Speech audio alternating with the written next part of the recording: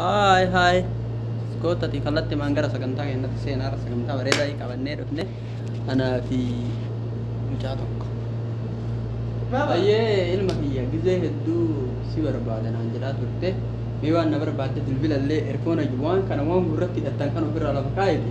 Ijoolleen zabanaa nama hin dhageettu mee dubbadhu. Baaba bar wanti hin jee miyyoo jaaladhu san takka barkaa beetee akkana hin dhageenye hin gartuuse as keessa jirteer firaata. Miyyoo guddoo as keessa keetteemu. As keessa jirteer baaba. Waan akkana qabaatan akkamitti sitti fuudha maadhati caajuti lukkuuti kana keessa nama kee. Baaba bar yoo natti heerumtee ni dheeratti. Lakki daa'imni waan garattuu baatii sadiin gahini waan as keessa teettu dhiisan daa'ima nama guddisuu hin danda'u guddoo laalladhu natti fuudha. Baaba akkatti bareeddu too gartee barri viidiyoo mana rankaaf balee madaamiisitti bira jira baaba bar ni beekta miyyoon barri keessa kiyya jirti bar baaba keessa. Keessa kiyyaa. Keessa kiyya jirtee baaba bar. Ati nyaata keessatti dollaa ni maa nyaata? Sababa inni geettu beektu namaa ta'u osoo isin jettu osoo isin jettu nyaata dilaa kana jechuudha osoo arginiif ammaan tana inni geettu isaati. Mucoon si keessaa nyaatti iyyuu uf keessa nama keettee namni si keessaa nyaata. Sababa kitu takka lamun dhageessatti dhagee kanatti fuudhi bas yoo natti fuudhi bas. Sitti ani sitti fuudhuu hin mee jarana nama mucoo as keessa kaadhee natti fuudhii jedha. Akkamitti itti fuudha waan xiqqoo hagan as keessa seentu tana. Intala guddoo laalladhuuti. Natti fuudhii. Ijoollee eessatti ayyee isiin haa taatu. Ati ijoollee maal goote booda yoo ani. Warra eessatti intalli. Ijoollee moo?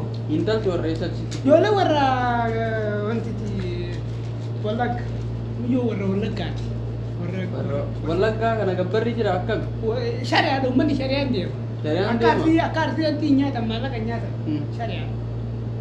Ayyee erga taate sitti fuudha. Namni amma yoo fuudhe waan wallagga jaa bara wallaggaa miti. Miyyoo walloodhaan siin jee kiyya. Ta'u jaarsi kuillee sababa inni keessatti kiyya takka. Walloon bara aadaa ta'ellee gartee gaachanaa fi meeshaa aadaa Oromoo qaba warri walloo.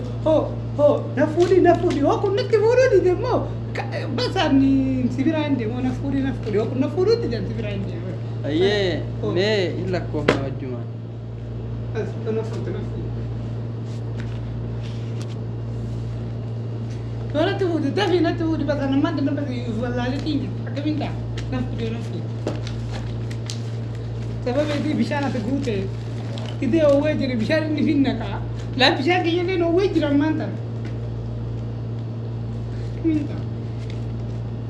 Gidee olli jaartii qabdaati jaartii ta'e hojii rabtaan akkamiin ta'an kophaa kiyya huccuu ciccitee jirti firaashii ciccitee jira kan inni irra. Abbo ati erga biyya arabaa tana si fidanii biyya arabaa erga si erganne waggaa 4 waggaatti qarshii kuma dalaydee dhufte abbo. Alaa baaba dhageeffadhu alalli na fuutu monatti fuutu. Waggaatti kuma dalaydaa tun riyaala kuma 4 ati waggaatti kuma takka dalaydaa tun kuma 4 tanaan sitti fuudhee ammaan mee sargii maaliin sii godhee makiinaa maaliin kireessee walloodha kana. Dhageeffadhu an baaba mana taa'eetii nyaachuu jira isin fiddi talaa sirraa fuudhe baaba dalagaa eegaa fi eegaa dalagaa ni hin dadhabe. Hayyee waan isii dura dalaydoo eessa fuudhe? Isin beeku. Isi dura dalayna isi akkuma dhufee birrii isi dura dalagara wanni nyaadhe hojii nyaanne baatii takka teennee obboleessi tokkollee narraa nyaate qabamee galenni. Ilma kiyya amma sitti yoo fuudhe jechuun ati amma intala namaa tanallee horattu akka keetii kan itti fuudhurra harqootum irra kaanii akka isatti xamadu. Kabar baaba ni dalagatti biyyoon dhalaan biyya rabaa jechuudha baaba baruu fi dalagdi dhiiritti lagoon. Dhukkuma nyaadhoti dhalaan biyya rabaan dalaydii dhiiga isin na nyaatu deemta. Baaba dhiigeetii bar baabaatti beektu malee akkatti tuuti biyya rabaa tana keessa jiraatan dhiirti biyya rabaa bar baaba akkanumattuu bar oluma deemtetti manfuu aadamoota jaan ni beektaami jawwaala zeenii bitatti jee achirratti maali jaan kaa mabruukii bitaa qabitaniiti waan torbee fi baatiidha tan tokko jira. Sani dhattee dumaan saatii deemee maalitti isillee lubbuuti itti raginte torba baa. Atilleen amma lubbuuti si jechisiisanii akkatti si kasaarsanii. Laba lubbuuti taphaan tundere rabaatanii baaba maali sababa na fuudhi kaasaati.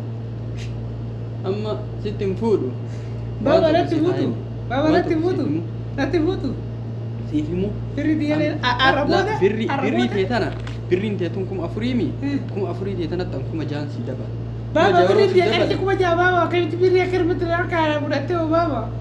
kuma je yoo sii dabala kuma kudhan sii taate miti amma ati kuma kudhanii tana walirratti sharafattee biyya teetti galtee jechuudha. Baba ngalo biyyatti ngalo baba ngalo biyyatti ngalo. Majjaala barte kaa.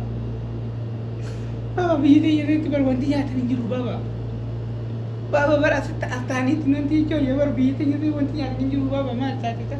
Majjaala mataa bar dhalaan biyyatti yeetti jechuudha maal inni kaariidha birri takka namni lamaan keessa birri takka nama gaafata. Ati kuma namaa kan nama gaafatanii baba. Atilleen akkasitti namaa kennitee birrii fixee jechuudha. Baba asitti ni beektaa. Ati badhaadhaa feetee odoo walta'ee yaa bareedaa fi jettee tumatti gadi. Ayyee amma natti fuudhi jettee miti. Natti fuudhi. Warri intalaatuni akkami. Sababa mijoodhaa fi wal jaalate warri intalaan egaan godhuu beekaa tu keessa galtoon. Intalti tuni gostami. Si komando. Warra si komandooti gosa maal gochuun nu gaafatu si komandoo kanaa. Lakke egaa bar si komandoon tun illee beektaa gosa qabdi gosa hedduu keessa jira. Baba si warra mandoote warra. Jarana mee ijoollee zabanaa tana laala.